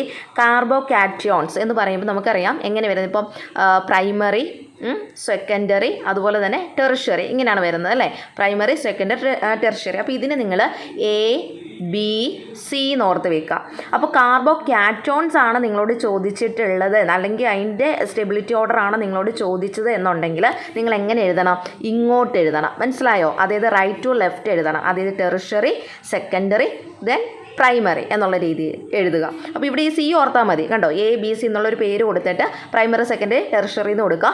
കാറ്റോണിൻ്റെ ഈ സി ഇത് ഓർത്ത് വെക്കുക. കാറ്റോണാണ് ചോദിച്ചതെന്നുണ്ടെങ്കിൽ പുറകിൽ നിന്ന് എങ്ങോട്ട് എഴുതണം? ഫ്രണ്ടിലോട്ട് എഴുതി കൊടുക്കുക. ഓക്കെ. ഇനി അതല്ല, ആനോണാണ്, അതിൽ കാർബോ ആനോണാണ് ചോദിച്ചതെന്നുണ്ടെങ്കിൽ ഈ എ എന്തായിട്ട് എടുക്കുക? ആനോണായിട്ട് നിങ്ങൾ ഓർത്ത് വെച്ചോണം. അപ്പോൾ നിങ്ങൾക്ക് എങ്ങനെ ആയിരിക്കും അതിൻ്റെ ഓർഡർ ചോദിച്ചത്? സ്റ്റെബിലിറ്റി ഓർഡറാണ് ചോദിച്ചിട്ടുണ്ടല്ലോ എന്നുണ്ടെങ്കിൽ എങ്ങനെ കൊടുക്കണം? ഇവിടെ നിന്ന് തിരിച്ച് ഇങ്ങോട്ട് എഴുതിക്കണം. അതായത് പ്രൈമറി, സെക്കൻഡറി, ടെറിഷ്യറി എന്നുള്ള രീതിയിൽ എഴുതി കൊടുക്കുക. അപ്പോൾ അത് രണ്ടും ക്ലിയർ ആണല്ലോ. ഇവിടെ ഇപ്പോൾ കാർബോകാറ്റോൺ ആണ് ചോദിച്ചിരിക്കുന്നത്. സോ അതുകൊണ്ട് നിങ്ങൾ എന്ത് കൊടുക്കണം? ടെറിഷ്യറി, സെക്കൻഡറി, പ്രൈമറി എന്ന് കൊടുക്കാം. ഇനി കാർബോ ആനോണാ ചോദിച്ചെന്നുണ്ടെങ്കിലോ ഈ എ ഓർത്ത് വെക്കുക, നേരെ എഴുതിക്കൊള്ളുക. ഏതാ? പ്രൈമറി, സെക്കൻഡറി, ടെറിഷ്യറി എന്നുള്ളത്. ഓക്കെ. അപ്പോൾ ഇങ്ങനെയാണ് വരുന്നത് കേട്ടോ. അപ്പോൾ കാർബോകാറ്റോൺസിൻ്റെയും കാർബോ ആനയോണിൻ്റെയും എന്താണ് സ്റ്റെബിലിറ്റി ഓർഡർ പഠിച്ചു വെച്ചേക്കണം, വളരെ പ്രധാനപ്പെട്ടതാണ്. ഓക്കെ. ഇനി അടുത്തത് 15ാമത്തെ ക്വസ്റ്റ്യൻ ആണ്. അടുത്തത് 15ാമത്തെ ക്വസ്റ്റ്യൻ നോക്കിക്കേ. high density of polymers with high tensile strength and high melting points are dash. എന്താ ഇവിടെ ആൻസർ ആയിട്ട് വരേണ്ടത്? 15ാമത്തെ ക്വസ്റ്റ്യൻ ആണ്. 15ാമത്തെ ചോദ്യം ഒന്നുകൂടെ നോക്കുക.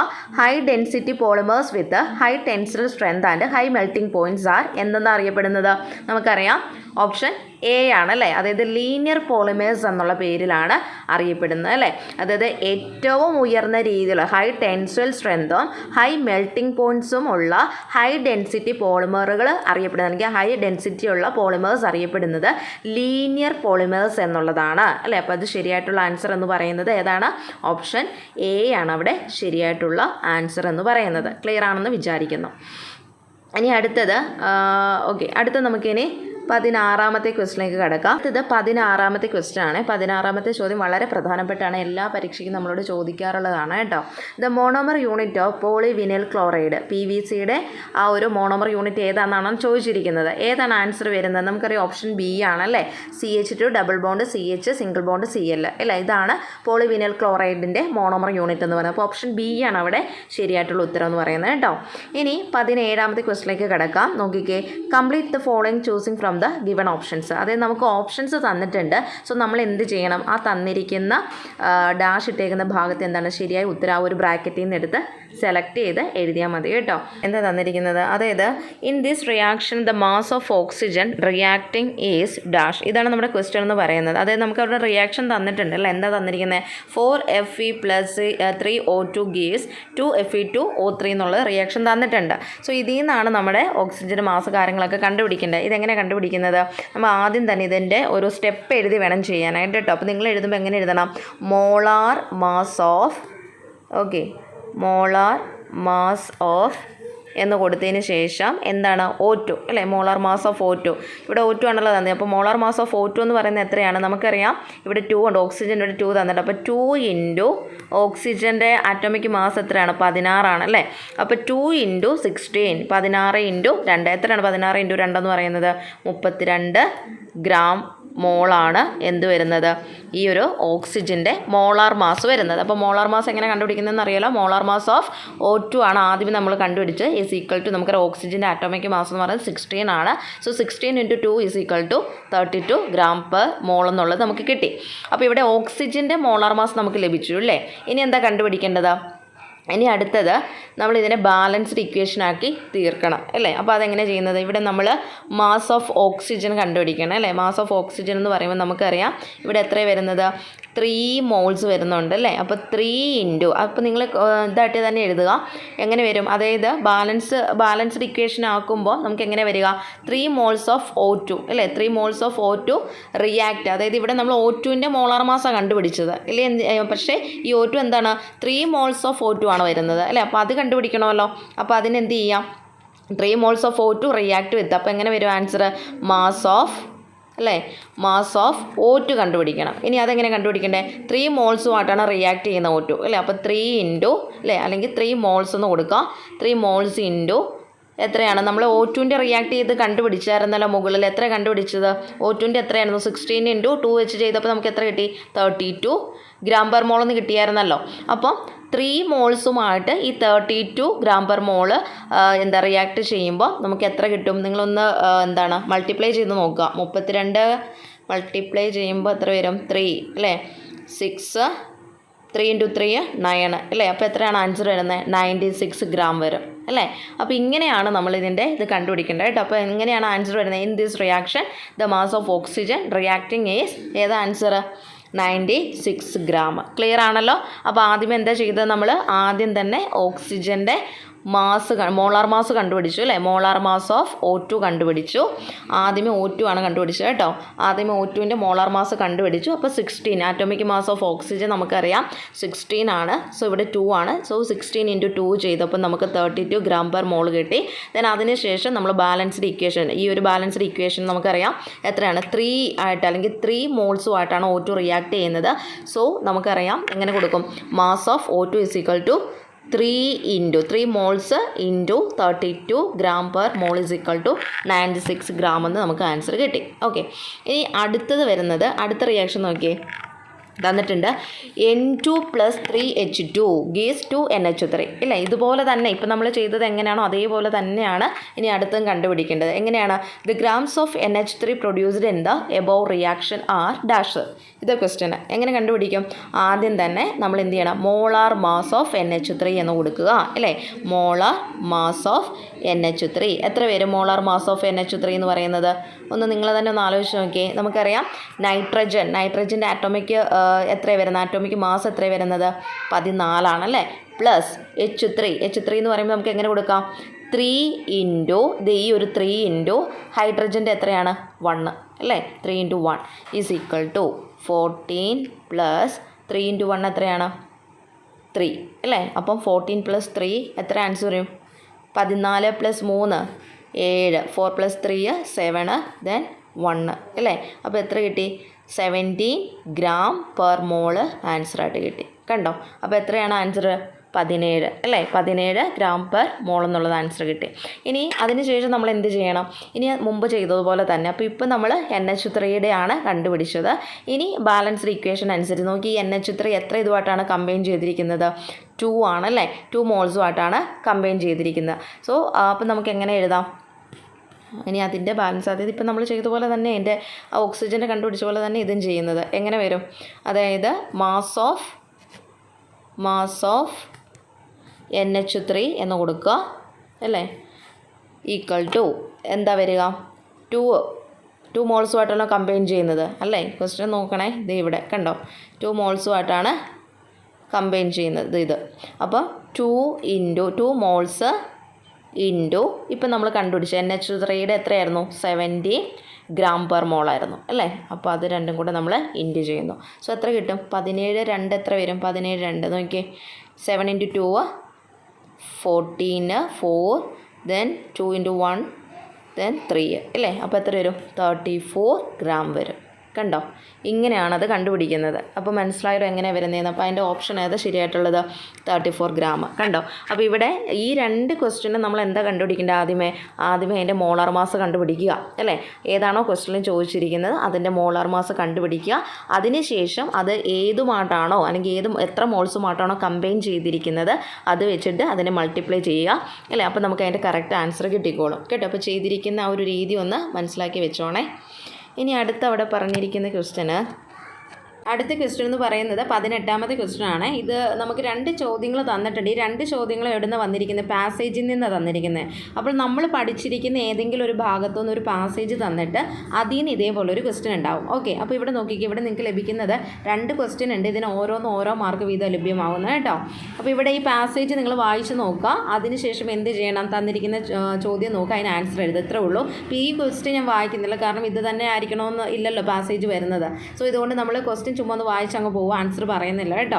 അപ്പോൾ ഇവിടെ നോക്കിക്കേ, depict the amplitude and wavelength of an electromagnetic wave in the form of ഡയഗ്രത്തിലൂടെ എക്സ്പ്ലെയിൻ ചെയ്യാനാണ് പറഞ്ഞിരിക്കുന്നത്. ഡയഗ്രാം വരയ്ക്കാനാണ് പറഞ്ഞിരിക്കുന്നത്. Define a photon, give its mathematical expression. ഇവിടെ ഈ ഒരു ക്വസ്റ്റ്യൻ വളരെ ഇമ്പോർട്ടൻ്റ് ആണ് കേട്ടോ. ഫോട്ടോൺ നിങ്ങൾ പഠിച്ചു വയ്ക്കണം, അതുപോലെ തന്നെ മാത്തമാറ്റിക്കൽ എക്സ്പ്രഷൻസും പഠിച്ചു വെച്ചോണം. വളരെ ഇമ്പോർട്ടൻ്റ് ആണ്, എക്സാമിന് ചോദിക്കാറുള്ളതാണ് കേട്ടോ. ഇനി അടുത്തത് 19ാമത്തെ ചോദ്യമാണ്. നോക്കിയേ, ഇവിടെ നമുക്കൊരു സ്റ്റേറ്റ്മെൻറ്റ് തന്നിട്ടുണ്ട്. ഇത് ശരിയാണെങ്കിൽ ട്രൂ എന്ന് കൊടുക്കുക, ഫോൾസ് ആണെങ്കിൽ ഫോൾസ് എന്ന് കൊടുക്കുക. അത്രേ ഉള്ളൂ കേട്ടോ. നോക്കിക്കേ, right true for correct statement and false for incorrect statement. ശരിയായിട്ടുള്ള പ്രസ്താവനയാണെങ്കിൽ എന്ത് ചെയ്യണം? ട്രൂ എന്ന് കൊടുക്കുക. തെറ്റായിട്ടുള്ള പ്രസ്താവന അല്ലെങ്കിൽ ഇൻകറക്റ്റ് സ്റ്റേറ്റ്മെൻറ്റ് ആണെങ്കിൽ ഫോൾസ് എന്ന് കൊടുക്കുക. ഓക്കെ, അത്രേ ഉള്ളൂ കേട്ടോ. ഓരോന്നിനും ഓരോ മാർക്കാണ്. നോക്കിയേ, ക്വസ്റ്റ്യൻ എന്താ തന്നിരിക്കുന്നത്? Acetylene has a bond order of 3. അസറ്റിലിൻ്റെ ബോണ്ട് ഓർഡർ എന്ന് പറയുന്നത് 3 ആണെന്നാണ് അവിടെ പറഞ്ഞിരിക്കുന്നത്. അപ്പോൾ നമ്മൾ എന്ത് ചെയ്യണം? ആദ്യം തന്നെ അസറ്റിലിൻ്റെ കെമിക്കൽ ഫോർമുല എഴുതി നോക്കണം അല്ലേ. അസറ്റിലിൻ്റെ കെമിക്കൽ ഫോർമുല എന്താണ്? C2H2 അല്ലേ. C2H2 ആണ് അസറ്റിലിൻ്റെ കെമിക്കൽ ഫോർമുല. സോ ബോണ്ട് എങ്ങനെ വരും? നമുക്കറിയാം, H 2 ഹൈഡ്രജൻ ആറ്റംസ് ഉണ്ട്. So H single bond, C triple bond, C single bond H. ഇത് ഇങ്ങനെയല്ലേ വരുന്നത്. നോക്കിയേ, അപ്പോൾ ഇവിടെ കാർബണും തമ്മിൽ ബന്ധിപ്പിച്ചിരിക്കുന്ന ബോണ്ട് ഏതാണ്? ട്രിപ്പിൾ ബോണ്ട് ആണല്ലോ. ദേ ട്രിപ്പിൾ ബോണ്ട് അല്ലേ. കാർബണേയും ബന്ധിപ്പിച്ചിരിക്കുന്ന ബോണ്ട് ട്രിപ്പിൾ ബോണ്ടാണ്. സോ നമുക്കവിടെ പറയാം അതിൻ്റെ ഓർഡർ എന്തായിരിക്കും? 3 ആണ് അല്ലേ. ഓർഡർ 3 ആണ്. അപ്പോൾ തന്നിരിക്കുന്ന പ്രസ്താവന ശരിയാണോ തെറ്റാണോ എന്നുള്ളത് പറഞ്ഞേ. എന്താ? Acetylene has a bond order 3 എന്ന് പറയുന്നത് ശരിയായിട്ടുള്ള പ്രസ്താവനയാണ് അല്ലേ. അപ്പോൾ അതുകൊണ്ട് നമുക്ക് പറയാം അവിടെ അത് ട്രൂ സ്റ്റേറ്റ്മെൻ്റ് ആണെന്ന് പറയാവുന്നതാണ്. ഓക്കെ, അടുത്ത അതിൻ്റെ ബി ക്വസ്റ്റ്യൻ ആണ്. നോക്കിയേ, the lone pair bond pair repulsion is intermediate between lone pair bond pair repulsion. അതായത് ഈ പറഞ്ഞിരിക്കുന്ന ലോൺ പെയർ റിപ്പൽഷൻ എന്ന് പറയുന്നത് ലോൺ പെയറിൻ്റെയും ബോണ്ട് പെയർ റിപ്പൽഷൻ്റെയും ഇടയിലാണ്, ഇൻ്റർമീഡിയറ്റ് ആണെന്നാണ് പറഞ്ഞിരിക്കുന്നത് അല്ലേ. അപ്പോൾ ഇത് ശരിയാണോ തെറ്റാണോ എന്നാണ് ചോദിച്ചിരിക്കുന്നത്. സോ ഈ ഒരു ക്വസ്റ്റ്യൻ നിങ്ങൾ മനസ്സിലാക്കുക. ഇത് നമ്മുടെ VSEPR തിയറി വെച്ചിട്ടാണ് പറയേണ്ടത് കേട്ടോ. അപ്പോൾ എങ്ങനെ പറയാം നമുക്ക്? According to VSEPR theory the strength of electron pair repulsion decreases in the order. എങ്ങനെ വരും? ഇവിടെ വരുവാണെങ്കിൽ LP BP ഇൻ ബിറ്റ്വീൻ, ഇതിൻ്റെ ഇടയിൽ നടുക്ക് വരും അല്ലേ. അപ്പോൾ ഇവിടെ നമുക്ക് LP എന്ന് കൊടുക്കാം. ദെൻ അതിന് ശേഷം ഇത് LP BP, അതിനുശേഷം ഏത് വരും? BP ഇത് ഇങ്ങനെയാണ് ആൻസർ വരുന്നത്. അപ്പോൾ അതുകൊണ്ട് നമുക്ക് പറയുന്നത് ട്രൂ സ്റ്റേറ്റ്മെൻ്റ് ആണെന്ന് പറയാം കേട്ടോ. ട്രൂ സ്റ്റേറ്റ്മെൻ്റ് ആണ്. ഓക്കെ, ഇനി അടുത്ത ക്വസ്റ്റ്യനിലേക്ക് കിടക്കാം. 20ാമത്തെ ചോദ്യമാണ്. അടുത്തത് 20ാമത്തെ ചോദ്യമാണ്. കുറച്ച് ഓപ്ഷൻസ് അവിടെ തന്നിട്ടുണ്ട്. ശരിയായിട്ടുള്ള പ്രസ്താവന എഴുതാൻ വേണ്ടിയിട്ടാണ് കേട്ടോ. ബ്രാക്കറ്റിൽ നിന്ന് തിരഞ്ഞെടുത്ത് എഴുതിയാൽ മതി. Complete the following choosing from the given options. Equal, unequal, 1, 2 എന്നൊക്കെ തന്നിട്ടുണ്ട്. 1, 2, 0. ക്വസ്റ്റ്യൻ നോക്കിയേ, the atomic orbitals of comparable energies give rise to 1 dash number of molecular orbitals. എന്താ വരേണ്ടത് ഇവിടെ? The atomic orbitals of comparable energies give rise to 1 equal number of molecular orbitals എന്നുള്ളതാണ് ശരിയായിട്ടുള്ള answer എന്ന് പറയുന്നത് അല്ലേ. ഇനി അടുത്തത് H2 is not formed because it's bond order is dash. ഇതെങ്ങനെ കണ്ടുപിടിക്കുന്നത്? നമുക്കറിയാം, ഹീലിയം എന്ന് പറയുന്ന അല്ലെങ്കിൽ ഹീലിയത്തിൻ്റെ ആ ഒരു ബോണ്ടിങ് ഓർഡർ എങ്ങനെ വരുന്നത്, ബോണ്ടിങ് ഓർബിറ്റൽ, അതായത് number of electrons in bonding ഓർബിറ്റൽസും കണ്ടുപിടിക്കണം, number of electrons in antibonding ഓർബിറ്റൽസും കണ്ടുപിടിച്ചെങ്കിൽ മാത്രമേ ഈ ഹീലിയത്തിൻ്റെ ബോണ്ട് ഓർഡർ നമുക്ക് കിട്ടത്തുള്ളൂ അല്ലേ. അപ്പോൾ അതിന് വേണ്ടിയിട്ട് നമുക്ക് എന്ത് ചെയ്യാം, ഈ ഹീലിയത്തിൻ്റെ number of electrons in bonding ഓർബിറ്റൽസും number of electrons in antibonding ഓർബിറ്റൽസും നമ്മൾ ആദ്യം തന്നെ കണ്ടുപിടിക്കണം അല്ലേ. അതിന് വേണ്ടിയിട്ട് നമുക്ക് കൊടുക്കാം ബോണ്ടിങ് ഓർബിറ്റൽസ് ആകുമ്പോൾ എങ്ങനെ വരും, സിഗ്മ 1s(2) എന്നുള്ളതാണ് അതിൻ്റെ അതായത് നമ്മുടെ ഹീലിയം മോളിക്യൂളിൻ്റെ ബോണ്ട് ഓർഡർ നമ്മൾ കണ്ടുപിടിക്കുന്നത് കേട്ടോ. സിഗ്മ 1s(2) ഇത് ബോണ്ടിങ് ഓർഡർ ആണ്. ദെൻ അടുത്തത് ആൻറ്റി ബോണ്ടിങ്ങാണ് വരുന്നത്. അപ്പം സിഗ്മ (1s(2) ഇങ്ങനെയല്ല നമ്മൾ ആൻറ്റി ബോണ്ടിങ് ഓർബിറ്റൽസിനെ റിപ്രസെൻറ്റ് ചെയ്യുന്നത്. അപ്പോൾ ഹീലിയത്തിൻ്റെ ബോണ്ടിങ് ഓർബിറ്റൽസും ആൻറ്റി ബോണ്ടിങ് ഓർബിറ്റൽസും ആണ് അവിടെ കാണിച്ചിട്ടുണ്ടെങ്കിൽ ബോണ്ട് ഓർഡർ നമുക്കറിയാം. അടുത്ത് എങ്ങനെ കൊടുക്കാം, bond order is equal to എങ്ങനെ വരും, ഇക്വേഷൻ എങ്ങനെ വരുന്നത്, NB minus NA divided by 2. ഇതാണ് നമ്മുടെ ഇക്വേഷൻ, ബോണ്ട് ഓർഡർ കണ്ടുപിടിക്കാനുള്ള ഇക്വേഷൻ NB മൈനസ് NA അല്ലേ. അപ്പം ഹീലിയത്തിൻ്റെ ഇതെന്താണ്, bonding orbital, number of electrons in the bonding ഓർബിറ്റൽസും ഇതെന്താണ് ഈ സിഗ്മ (1s(2) എന്ന് കൊടുത്തിരിക്കുന്നത് എന്താണ്, അത് നമ്മുടെ ഹീലിയത്തിൻ്റെ ആൻറ്റി ബോണ്ടിങ് ഓർബിറ്റൽസ് ആണ് കാണിക്കുന്നത് കേട്ടോ. അപ്പോൾ ഇവിടെ ഓർത്ത് വെക്കുക, ഇതിൻ്റെ ആ ഒരു ഇലക്ട്രോണിക് കോൺഫിഗറേഷനൊക്കെ വെച്ചിട്ടാണ് ഇത് ചെയ്യേണ്ടത് കേട്ടോ. അതാണ് ഈ 1s2 2s2 എന്നൊക്കെ നിങ്ങൾ പഠിച്ചിട്ടില്ലേ. ഹീലിയത്തിൻ്റെ അറിയാലോ, ഏതാ He(2) 1s2 വരുന്നത്, അതുകൊണ്ടാണ് ഇവിടെ 1s2 ഒക്കെ കൊടുത്തിരിക്കുന്നത് കേട്ടോ. ഓക്കെ, അപ്പോൾ bond order NB minus NA/2 ഈ ഒരു ഇക്വേഷൻ അതോടെ നമ്മൾ ഇട്ട് കൊടുക്കാം. NB എന്ന് പറയുന്നത് എന്താണ്, NB എന്ന് പറയുന്നത് ആൻറ്റി ബോണ്ടിങ് ഓർബിറ്റൽസ് ആണ് അല്ലേ. ആ number of electrons in the anti bonding orbitals ആണ് NB എന്ന് പറയുന്നത്. എത്രയാണ് NB, എത്രയാണ് വരുന്നത്, 2 ആണ് അല്ലേ, 2 അല്ലേ. അപ്പോൾ 2 മൈനസ് NA എന്താണ്, number of electrons in the number of orbitals ആണ്, അതെത്രയാണ്, 2 ആണ് അല്ലേ.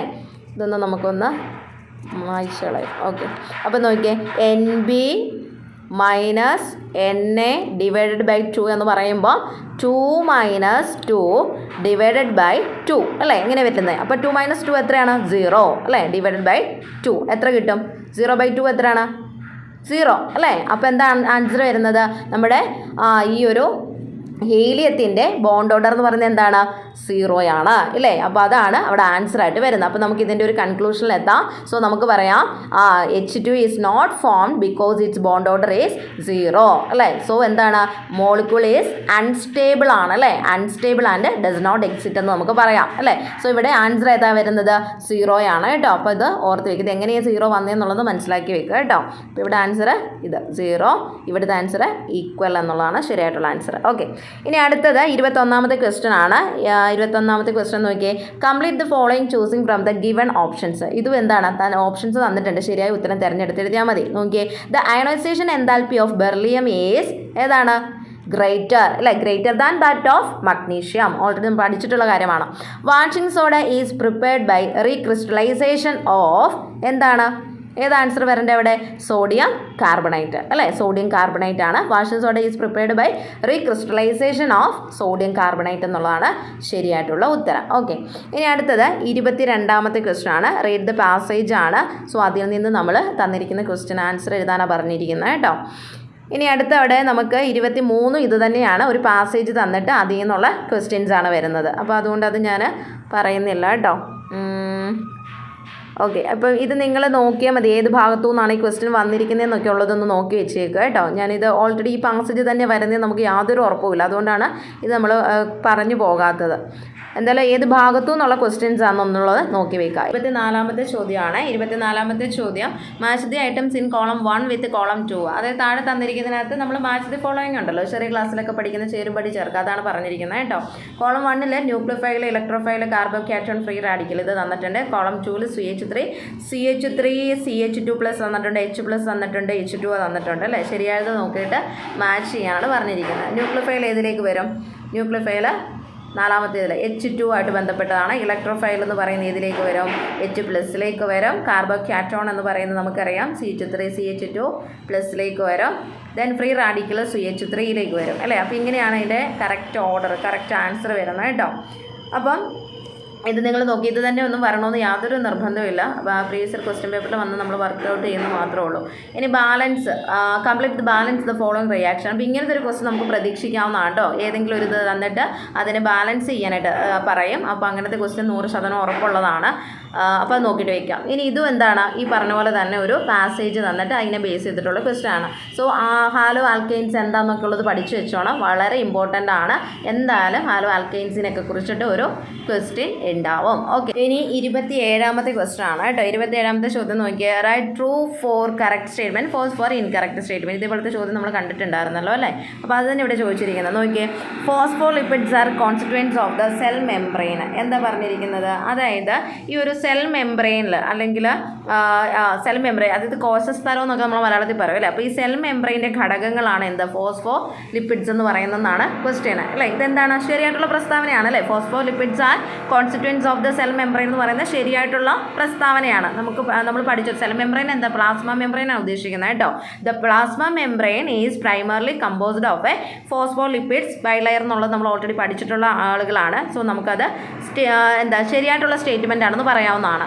എൻ്റെ സെക്കൻഡ് ക്വസ്റ്റ്യൻ നോക്കിയത് the structure of protein molecule is not changed by changing its temperature. അതായത് ഒരു നമ്മുടെ ടെമ്പറേച്ചർ മാറുന്നതിലൂടെ ഈ പ്രോട്ടീൻ മോളിക്യൂളിൻ്റെ സ്ട്രക്ചർ അവിടെ അല്ലെങ്കിൽ അതിൻ്റെ സ്ട്രക്ചറിൽ മാറ്റം വരുന്നില്ലെന്നാണ് പറഞ്ഞിരിക്കുന്നത്. ശരിയാണോ? അത് ഫോൾസ് ആയിട്ടുള്ള സ്റ്റേറ്റ്മെൻ്റ് ആണ്. അതെ, the structure of protein molecule is not changed by changing its temperature എന്നാണ് അവിടെ തന്നിരിക്കുന്നത്. സോ അത് തെറ്റായിട്ടുള്ള സ്റ്റേറ്റ്മെൻ്റ് ആണ്. നമുക്കറിയാം the structure is changed by changing its temperature അല്ലേ. അതായത് structure of protein molecule is changed by changing its temperature അനുസരിച്ച് അതിൻ്റെ സ്ട്രക്ചറിൽ മാറ്റം വരുന്നുണ്ട്. സോ അത് തെറ്റായിട്ടുള്ള പ്രസ്താവന. അപ്പോൾ ആദ്യത്തേത് ശരിയായിട്ടുള്ള പ്രസ്താവനയും രണ്ടാമത്തേത് തെറ്റായിട്ടുള്ള പ്രസ്താവന എന്ന് ഓർത്ത് വയ്ക്കുക.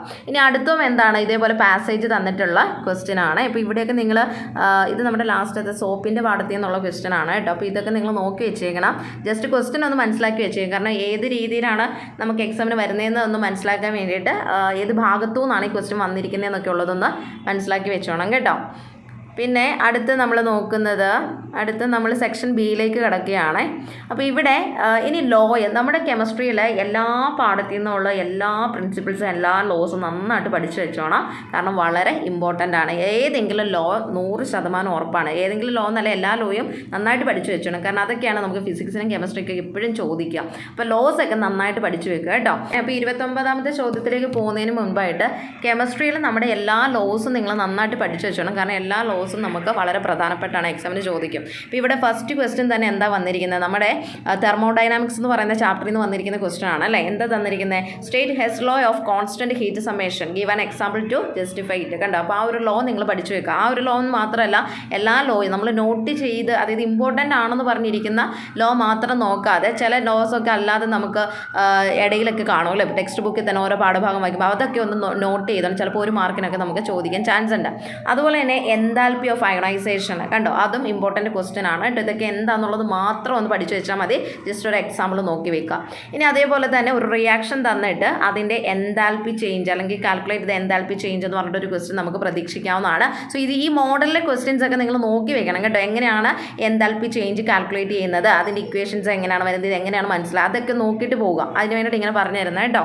അടുത്തത് identify the type of system. എന്തായാലും സിസ്റ്റത്തിനെ ബേസ് ചെയ്തിട്ട് ഒരു ക്വസ്റ്റ്യൻ ഉണ്ടാവും, 100% ഉറപ്പാണ്. സോ എന്താണ് ഒരു system, then type of systems ഒക്കെ പഠിച്ചു വെക്കണം, ഇമ്പോർട്ടൻ്റ് ആണ്. ഇനി അതേപോലെ തന്നെ derive the unit of KSP of the salt of AB type, important question ആണ്. അതേപോലെ തന്നെ explain Y salt solution of A strong acid and weak base like NH4Cl is acidic in nature. വളരെ important question ആണ് അല്ലേ. അപ്പോൾ നിങ്ങൾ strong ആസിഡും weak base ഒക്കെ നോക്കേണ്ട കുട്ടികളാണ്, കെമിസ്ട്രിയാണ് പഠിക്കുന്നത്. സോ ഇതൊക്കെ നോക്കിയിട്ട് പോകണം, വളരെ ഇമ്പോർട്ടൻ്റ് ആണ് കേട്ടോ. പിന്നെ ഇവിടെ നമുക്ക് മോളാർ കണ്ടക്ടിവിറ്റി നമുക്ക് തന്നിട്ടുണ്ട് അല്ലേ. അപ്പോൾ അതിൻ്റെ മോളാർ കണ്ടക്ടിവിറ്റി കണ്ടുപിടിക്കണം. അപ്പോൾ മോളാർ കണ്ടക്ടിവിറ്റി എങ്ങനെയാണ് കാൽക്കുലേറ്റ് ചെയ്യുന്നത്, ഇതൊക്കെ നോക്കി വയ്ക്കുക, ഇമ്പോർട്ടൻ്റ് ആണ്. പിന്നെ ഗാൾവാനിക് സെല്ല് വളരെ ഇമ്പോർട്ടൻ്റ് ആണ് കേട്ടോ. അപ്പോൾ അതും വളരെ ഇമ്പോർട്ടൻ്റ് ആയിട്ടുള്ളൊരു ഭാഗമാണ്, എക്സാമിന് ചോദിക്കുന്നതാണ്. സോ ആ ഭാഗത്തുനിന്ന് ക്വസ്റ്റ്യൻസ് വന്നിട്ടുണ്ട്. ഇനി അടുത്ത് നിങ്ങൾക്ക് ഇവിടെ നോക്കേണ്ടത്, അടുത്ത ക്വസ്റ്റ്യൻ നോക്കിയേ, അടുത്തത് why oxygen exists as a gas while sulphur exists as a solid ഒരു ക്വസ്റ്റൻ ആണ്. അതുപോലെ തന്നെ mention two reason for the fact that the first element in each group of p block exhibits unique behaviour കാണിക്കാൻ കാരണം എന്താ, unique behaviour കാണിക്കാൻ കാരണം എന്താണെന്നൊക്കെയാണ് ചോദിച്ചിരിക്കുന്നത്. അടുത്ത 35 outer shells of 2 eggs of the same size have been remove using these how will U prove that the membrane covering egg is A semi permeable membrane. അപ്പോൾ ഇതും ചോദിക്കുന്ന ഒരു ക്വസ്റ്റൻ ആണ്. 4% അല്ലെങ്കിൽ ഓപ്ഷൻ തന്നിട്ടുണ്ട് ഓറാണ്. 4% of NaOH solution and 6% of urea solution are equimolar but not isotonic. Explain. നിങ്ങൾക്ക് hypertonic isotonic ഒക്കെ പഠിക്കാനുള്ളതാണ്, നോക്കിയിട്ട് പോകണം, ഇമ്പോർട്ടൻ്റ് ആണ് കേട്ടോ. പിന്നെ അടുത്തത് 36ാമത്തെ ക്വസ്റ്റൻ ആണ്. How will you obtain iodobenzene and chlorobenzene from benzene diazonium chloride? Give chemical equation for the reaction in each case. അതായത് കെമിക്കൽ ഇക്വേഷൻസ് എഴുതാനാണ് പറഞ്ഞിരിക്കുന്നത് കേട്ടോ ഈ 3 കേസസിനകത്ത്. അപ്പോൾ നോക്കി വെച്ചോണേ. ഇനി അടുത്ത 37ാമത്തെ വരുന്നത് ട്രാൻസിഷൻ എലമെൻസിനെ ബേസ് ചെയ്തിട്ടുള്ളൊരു ക്വസ്റ്റൻ ആണ്. ഗീവ് റീസൺസ് ആണ് ചോദിച്ചിരിക്കുന്നത് കേട്ടോ. Give reason for the following. Transition elements have higher density as compared to s block elements. എന്താണ് കാരണം? Transition metals show high melting and boiling points. അതിൻ്റെ റീസൺ എഴുതാനാണ് പറഞ്ഞിരിക്കുന്നത്. അപ്പോൾ ട്രാൻസിഷൻ മെറ്റൽസ് ഒക്കെ നോക്കിയിട്ട് പോകണം, ഇമ്പോർട്ടൻ്റ് ആണ്. ഇനി what are non ideal solution? വളരെ ഇമ്പോർട്ടൻ്റ് ആയിട്ടുള്ളൊരു ക്വസ്റ്റൻ ആണ്. What type of liquid pair shows positive deviation and negative deviation from Raoult's law? ഇതേ അതും വളരെ ഇമ്പോർട്ടൻ്റ് ആണ്, നോക്കിയിട്ട് പോകണം, എപ്പോഴും റിപ്പീറ്റ് ആയിട്ട് ചോദിക്കാറുള്ളൊരു ക്വസ്റ്റൻ ആണ്. ഓക്കെ. അതുപോലെ തന്നെ കോളിഗേറ്റീവ് പ്രോപ്പർട്ടി, അതും വളരെ പ്രധാനപ്പെട്ട ഒരു ക്വസ്റ്റൻ ആണ് കേട്ടോ. Define colligative properties, draw vapour pressure temperature curve depicting the elevation of boiling point of a liquid when a non-volatile solid is dissolved in it. അപ്പോൾ ഇതും ചോദിക്കാറുള്ളതാണ്. പിന്നെ ഒരു എന്താണ് അക്വസ് സൊല്യൂഷനെ ബേസ് ചെയ്തിട്ടുള്ള ഒരു പ്രോബ്ലം ആണ് കേട്ടോ. അതിൻ്റെ മോൾ ഫ്രാക്ഷൻ കണ്ടുപിടിക്കാൻ വേണ്ടിയിട്ടാണ് ചോദിച്ചിരിക്കുന്നത്.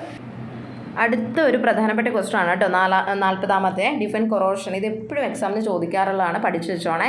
Which environmental condition cause roasting? Write the reaction for anodic process and cathodic process take place during roasting. ഇത് ചോദിക്കാറുള്ളതാണ്, പഠിച്ചു വെക്കണം കേട്ടോ. Write the expression for standard Gibbs energy for the reaction occurring in a Daniell cell. Explain the meaning of all the quantities represented in it. ഇതും important ആണ്, Gibbs energy ഒക്കെ എപ്പോഴും എക്സാമിന് ചോദിക്കാറുള്ളതാണ്. സോ അതും പഠിച്ചു വെക്കണം കേട്ടോ. ഇനി അടുത്തത് 41 explain the buffer action of sodium acetate and acetic acid buffer solution. നോക്കുക, IUPAC നെയിം വളരെ ഇമ്പോർട്ടൻ്റ് ആണ്. പിന്നെ ഇവിടെ പറഞ്ഞിരിക്കുന്നത് ഐഡൻറ്റിഫൈ ചെയ്ത്, അതായത് ഒരു കോംപ്ലക്സ് തന്നിട്ടുണ്ട്. സോ അത് ഏത് ഐസോമേഴ്സ് ആണെന്ന് എഴുതാൻ വേണ്ടിയിട്ടാണ് കേട്ടോ. അപ്പോൾ നിങ്ങൾ അത് നോക്കി വെക്കുമ്പോൾ തന്നെ അതിൻ്റെ തന്നെ ഡയഗ്രാം ഒക്കെ വരയ്ക്കാൻ പറഞ്ഞിട്ടുണ്ട്. ഐസോമേഴ്സിനെ കുറിച്ച് ഓൾറെഡി നമ്മൾ പറഞ്ഞായിരുന്നു, അതെല്ലാം നോക്കി വെക്കണമെന്ന് പറഞ്ഞിട്ടുണ്ട്. സോ അതിൽ നിന്ന് നമുക്ക് ക്വസ്റ്റ്യൻസ് ഉണ്ടാവും എന്തായാലും കേട്ടോ. അപ്പോൾ അതിൽ നിന്നുള്ള ക്വസ്റ്റ്യൻസ് ആണ് ഈ തന്ന ഓർ ക്വസ്റ്റ്യനൊക്കെ അതിൽ നിന്ന് വന്നിരിക്കുന്ന ക്വസ്റ്റ്യൻ ആണ്. ഓക്കെ.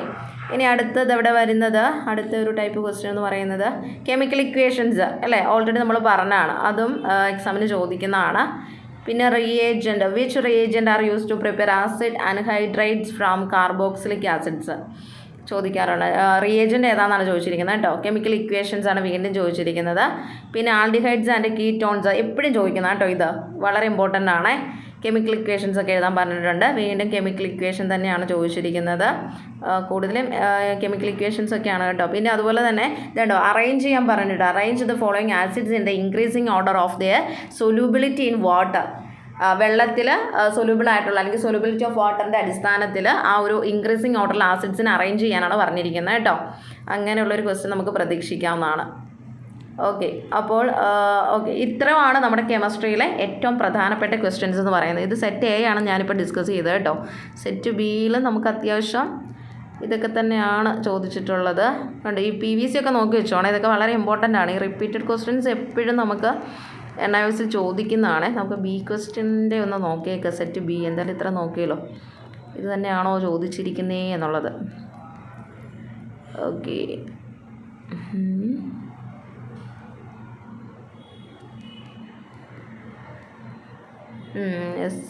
ഓക്കെ, ഇതൊക്കെ തന്നെയാണ്.